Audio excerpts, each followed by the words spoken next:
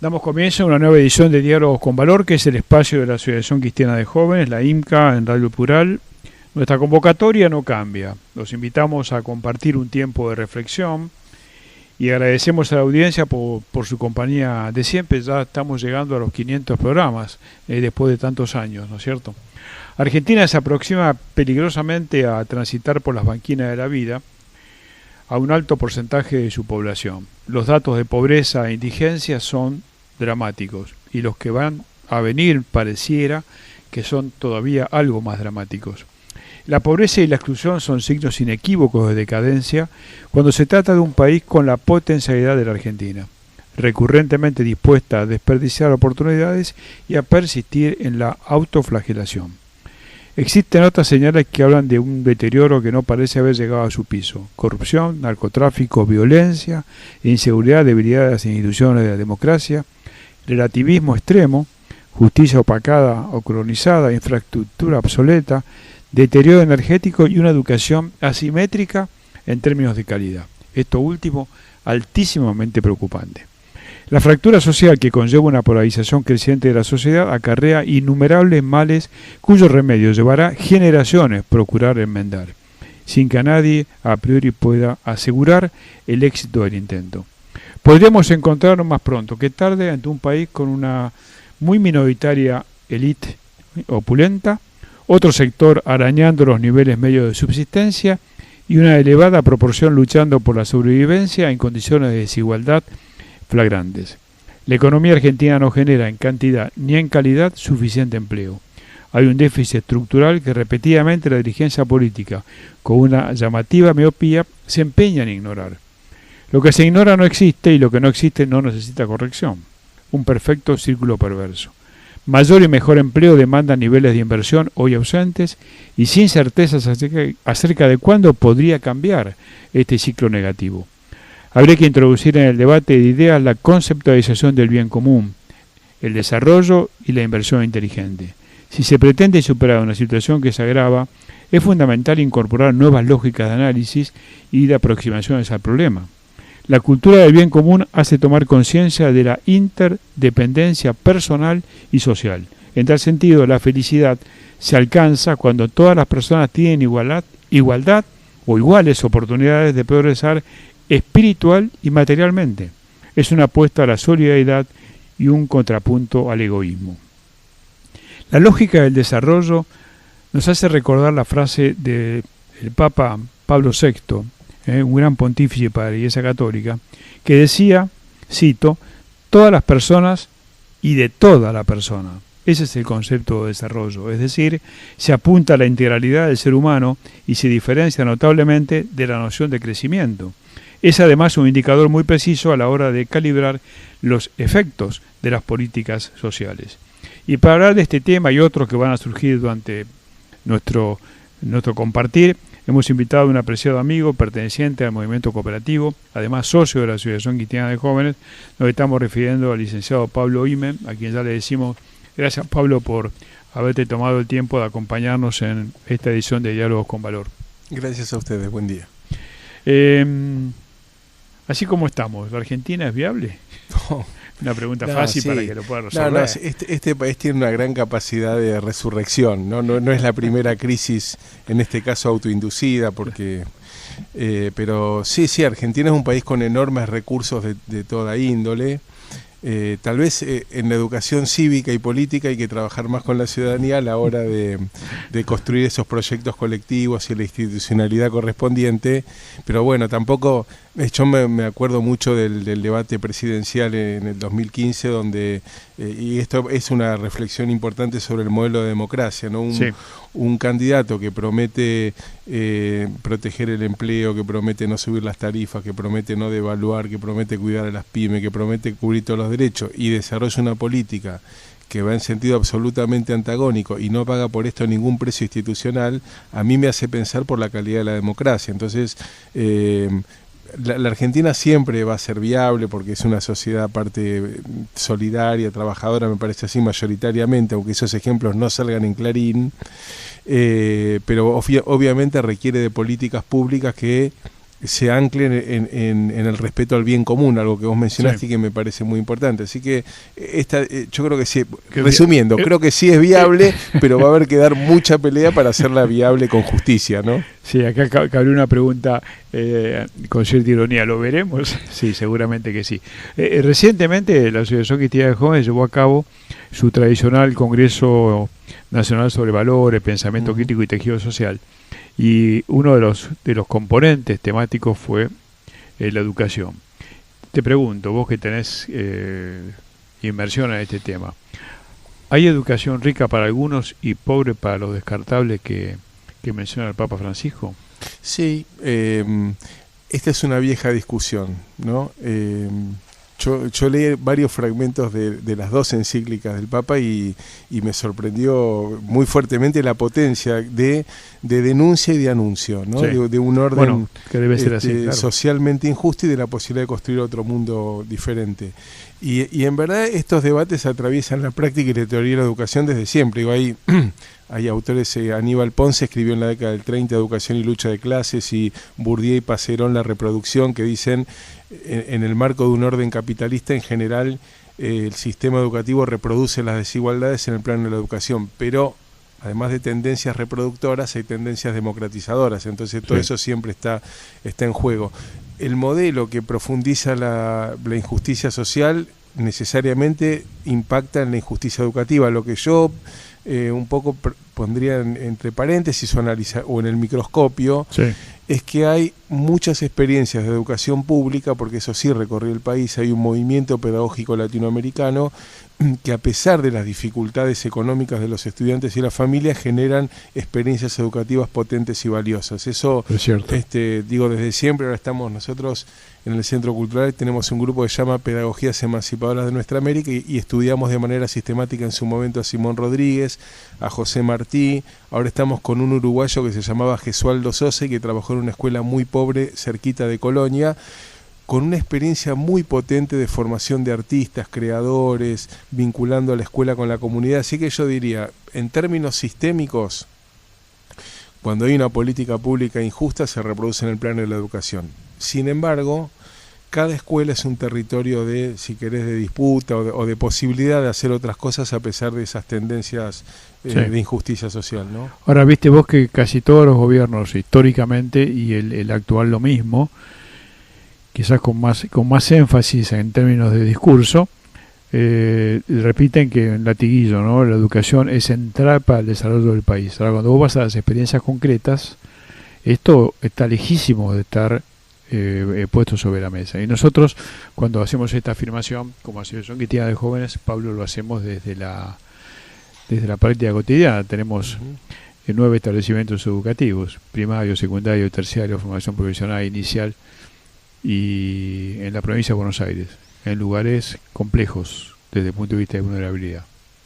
El rol del Estado es, y en particular en los últimos años, paupérrimo. O sea, no importa en lo más mínimo. La nuestra de gestión privada. Todavía encontrás algunos funcionarios que increíblemente hablan de educación pública, educación privada, y que deciden, mire, señor, usted está equivocado. En Argentina la educación es pública. Lo que pasa es que hay gestión pública y gestión privada, pero es una. Y además controlada. Pero vos podés proponer, y nosotros lo hacemos, proponer calidad para sectores vulnerables. Lo que importa es el presupuesto. Sí, igual en eso que vos estás diciendo hay como un concepto a pensar un poco más, porque en general se usa la educación como una coartada para justificar los efectos de las políticas económicas. Claro. Entonces no hay desarrollo porque el sistema educativo no forma sujetos empleables. Sí. Y en verdad no hay desarrollo porque hay una política económica y de empleo que impulsa la concentración de la riqueza en pequeños grupos. Entonces, obvio. Y detrás de esto hay una pregunta, que hay un pedagogo venezolano actual, Luis Bonilla, que dice, bueno, acá hay un proyecto mundial neoliberal que tiene un capítulo educativo y él lo denomina apagón pedagógico. Dice, ¿en qué consiste el apagón pedagógico? Primero es en invisibilizar y obturar cualquier debate sobre lo pedagógico. Y lo pedagógico implica discutir para qué se educa, por qué se educa y cómo se educa, ¿no? Entonces, los neoliberales tienen una respuesta. Dicen, ¿para qué hay que educar? Para la calidad educativa. Y uno les pregunta, ¿pero de qué estás hablando? Entonces, si tuvieran la honestidad de decirlo, dirían, bueno, te puedo dar dos respuestas. Calidad educativa es que un conjunto de expertos elabore unos contenidos y unas competencias que deben ser aprendidas por los estudiantes, embutidas por el docente en el cerebro de los alumnos, traducidas por manuales de empresas editoriales, si es posible privadas mejor, y medidas por el ministerio a través de operativos estandarizados de evaluación. Entonces, si sacamos un buen puntaje en un operativo de matemática, hay una educación de calidad. Es el modelo chileno. Incluso el financiamiento de las escuelas y la estabilidad laboral docente depende de los resultados de la evaluación. Entonces, ¿para qué trabaja el docente en Chile? Para la aprobación del examen de matemática. Que nosotros nos decimos no hay que aprender matemática, pero ¿para qué? ¿En el marco de qué proyecto educativo? Entonces, dice Bonilla, el apagón pedagógico impide discutir el para qué educar, pone en el centro de la discusión la tecnología como dispositivo educador, y desvaloriza al docente, a la institución escolar y al sistema educativo. Y esto que él elabora como discurso, en Buenos Aires lo estamos viendo como política pública, porque en la ciudad hay un proyecto que se llama Secundaria del Futuro, muy interesante, porque ellos lo presentaron como un PowerPoint. Y después de ese PowerPoint ante la prensa, elaboraron un documento de un diagnóstico de la secundaria muy interesante, porque toma investigaciones de pedagogas críticas y dice, la escuela secundaria es un desastre. ¿Qué proponemos? Lo más importante es que el alumno aprenda. Entonces, en su casa con la computadora y con un tutor, el 70% del tiempo. El 30% en la escuela y el último año haciendo pasantía laboral. Entonces, esto que dice Bonilla del proyecto del apagón pedagógico se expresa porque un tutor es menos controvertido y más barato que un docente. Entonces, todos estos temas sobre para qué educar, qué es la calidad educativa, me parece que ameritan una vueltita más. Sí, claro. Y en función de eso discutí. Yo creo que aquí hubo una actividad el otro día que vino un directivo de España y decía, bueno, no tiene que haber profesores taxi. Y nosotros decimos, pero con un recorte presupuestal sale caro una educación. Sí, bueno, vino este señor Almodóvar de la comunidad de Madrid, tuvo un taller con todos los docentes, que la gente del Centro Cultural estuvo presente. Pero el proyecto funciona, en algunos lugares en España funciona, pero acá, cuando llegó el momento de la evaluación de su visita, hizo una pregunta. ¿Los profesores tienen dedicación exclusiva? No. ¿Tienen uno? Nadie. 2, muchos. 3, otros tantos. Y 4 pues. Ahí capota el asunto. Imposible. No hay chance. Y él hacía mención, bueno, a toda esta dinámica de la participación del alumno, el docente de otra práctica mucho más liberadora. Ahora, hizo una crítica, si se quiere, encubierta, pero crítica al fin, sobre estos modelos de la ciudad de Buenos Aires. O sea, ellos creen que esto se puede, como pasa muchas cosas, Pablo, cree que se puede extrapolar, cortar, pegar y lo ponemos en marcha mañana. Dijo, no, esto lleva años. Él es jesuita, la experiencia jesuita en España llevó años. Y lo hicieron en una comunidad absolutamente vulnerable. Entonces no hay soluciones mágicas. Pero es cierto, nuestra experiencia dice que los chicos de comunidades pobres van a seguir recibiendo una total desigualdad de oportunidades. Eso, a menos que haya un cambio que se puede dar en instituciones como la de ustedes, la institución como la nuestra, donde hay una vocación pero es un puñado, porque si vos no tenés además el recurso económico. Y lo otro, y termino para dejarte tu opinión, que es más importante, esta tontería de creer que vos regalando una tablet o regalando estas cosas cambiás la educación, es minimizar a la persona como tal, a su proceso reflexivo, a su capacidad de entendimiento, a su discernimiento. Es una herramienta, pero punto. Sí. Hasta ahí. Sí, No sé. yo diría, la política pública es muy importante porque puede impulsar cambios democratizadores o por el contrario generar más desigualdad y más injusticia, ¿no?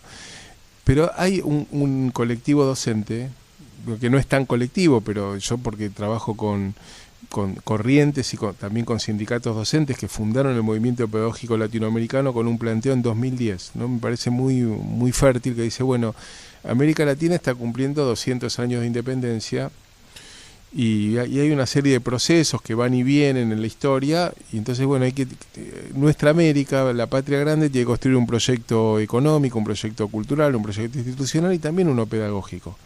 Y en esa construcción los estados tienen un lugar, pero también las comunidades educativas. Por supuesto. Entonces, yo por eso digo, hay sectores populares que están en escuelas con docentes muy comprometidos con una educación democrática, de hacerlos pensar, de vincularlos a la realidad, de convertirlos en sujetos activos de un proyecto propio y colectivo. Y eso a mí me da mucha esperanza. Digo, por ejemplo, ahora en Neuquén, hay un proceso muy poco conocido. En el 2015, Neuquén no tenía diseño curricular de escuela secundaria, que es un documento muy amplio que dice los fundamentos, los métodos, no es una sumatoria de programas. En Neuquén había una sumatoria de programas.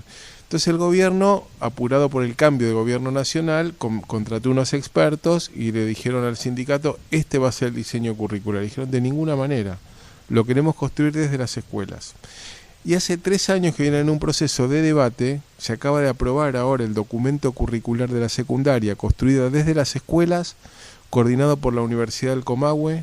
Nosotros como Centro Cultural participamos en la formación de algunas instancias con delegados, con el trabajo, y el año próximo va a ser un año de formación y se empieza a implementar en el 2020. Y ahí entonces hay una articulación virtuosa, y no quiero defender al movimiento popular neuquino porque es un gobierno con cantidad de vicios, Sí, claro. pero el sindicato y las comunidades educativas lograron forzar una política pública. Entonces nosotros queremos ver, a partir de tu planteo inicial, nosotros vemos la educación y la política educativa como un campo de disputa.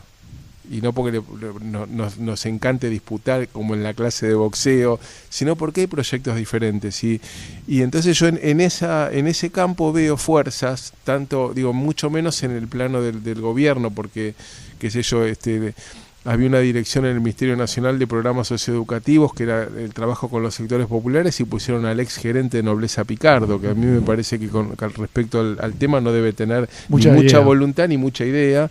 Entonces no le pongo muchas fichas a este Estado, pero creo que sí el Estado debiera, el Poder Legislativo, etcétera, y también le pongo fichas a la colectividad, a las comunidades educativas, porque ahí hay colectivos de docentes, realmente muchos que no, pero muchos que sí, entonces también ese es un territorio de disputa. Por eso mi lectura es esperanzada, porque digo, todos los días hay docentes que laburan, que están con los pibes, que los contienen, que les enseñan a pensar, a participar, y habría que hacer un relevamiento de cuántos de esos, ¿no? Sí, porque también ahí nosotros tenemos más de 150 docentes. Por supuesto hacemos una tarea distinta por las características de la institución y los valores que sostiene.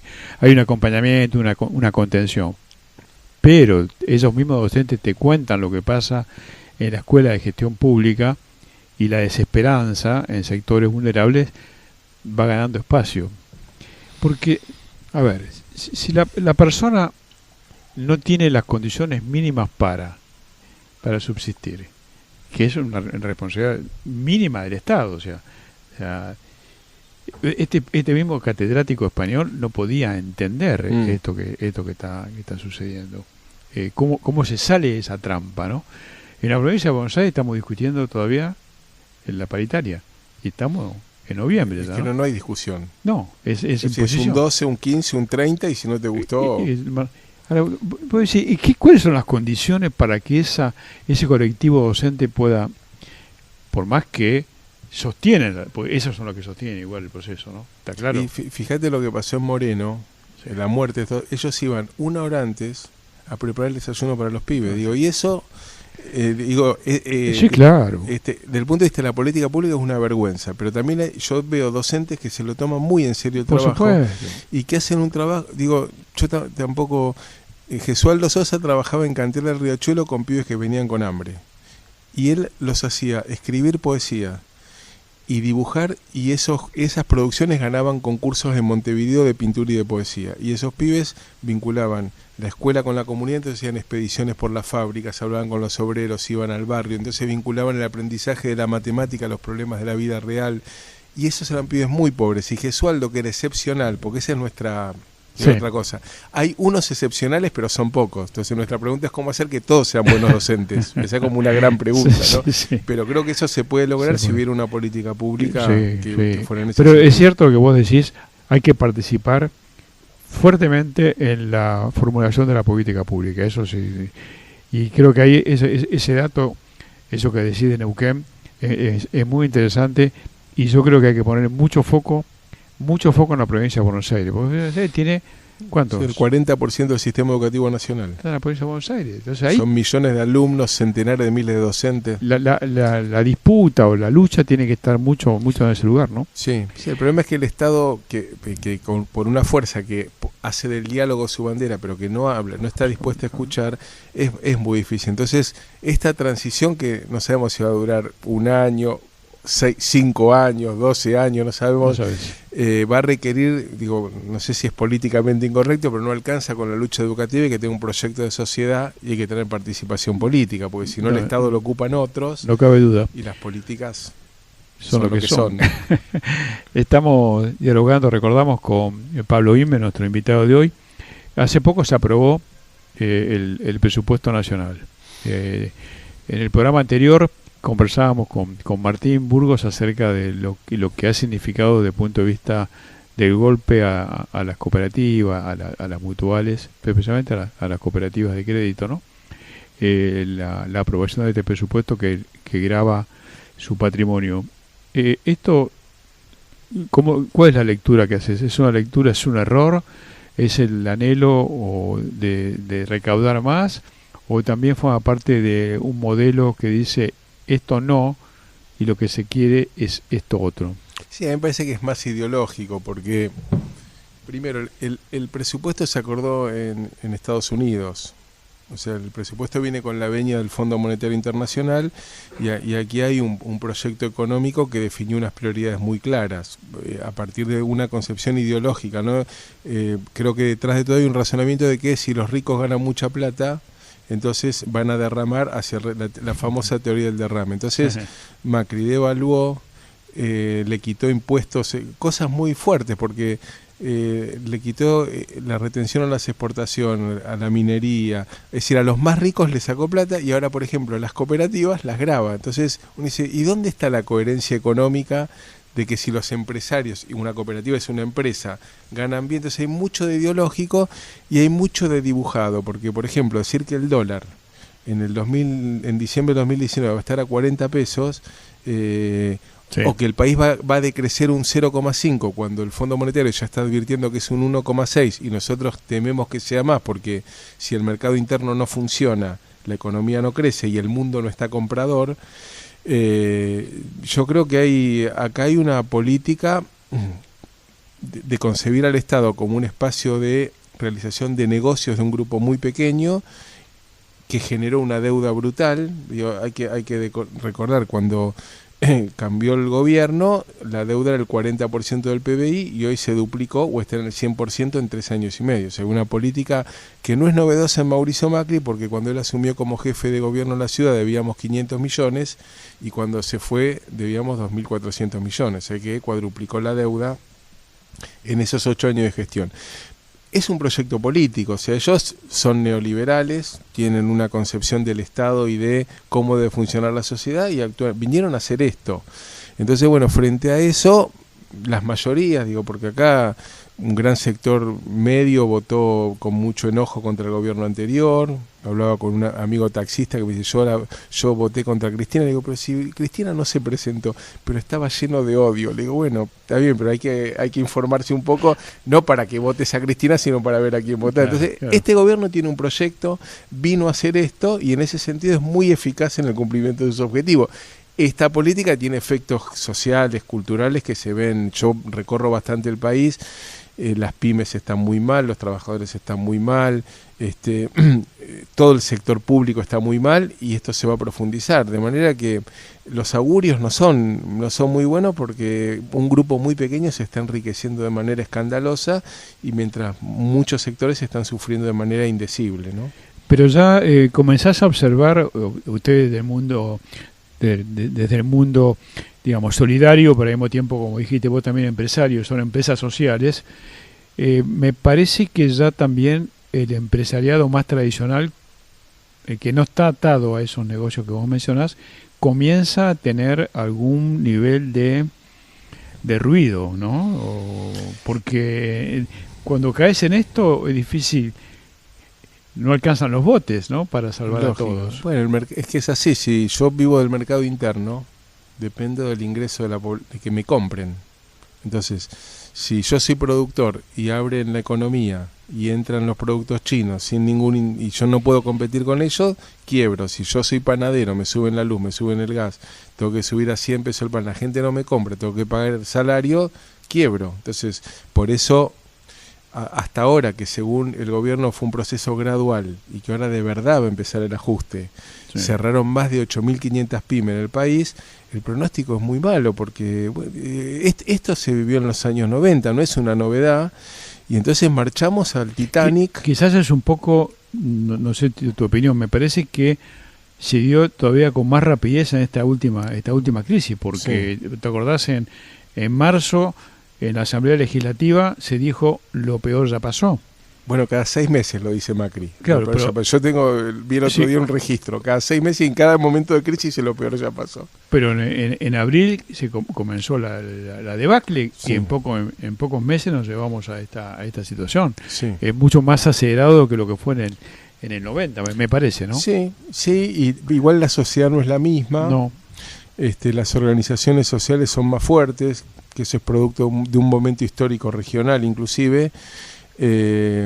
Bueno, de hecho la propia iglesia, me parece que los movimientos sociales tienen hoy una fortaleza diferente que a mí me esperanzan un poco y hay que traducir eso a un proyecto político. Nosotros tenemos debates con algunos compañeros de otros movimientos que dicen, bueno, el Estado, digo, pero lo que pasa es que el Estado define sobre lo común.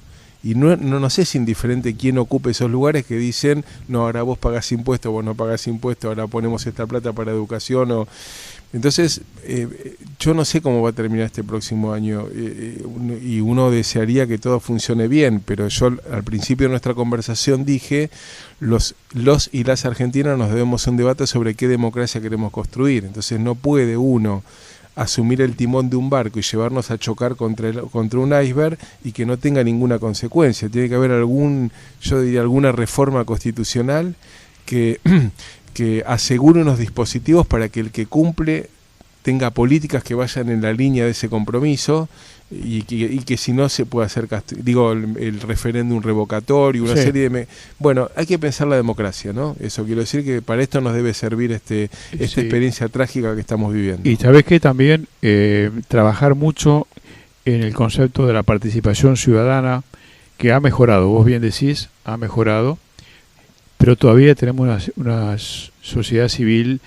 en función de la gravedad de la situación débil, hay que fortalecerla y fortalecerla de una manera inteligente, ¿no?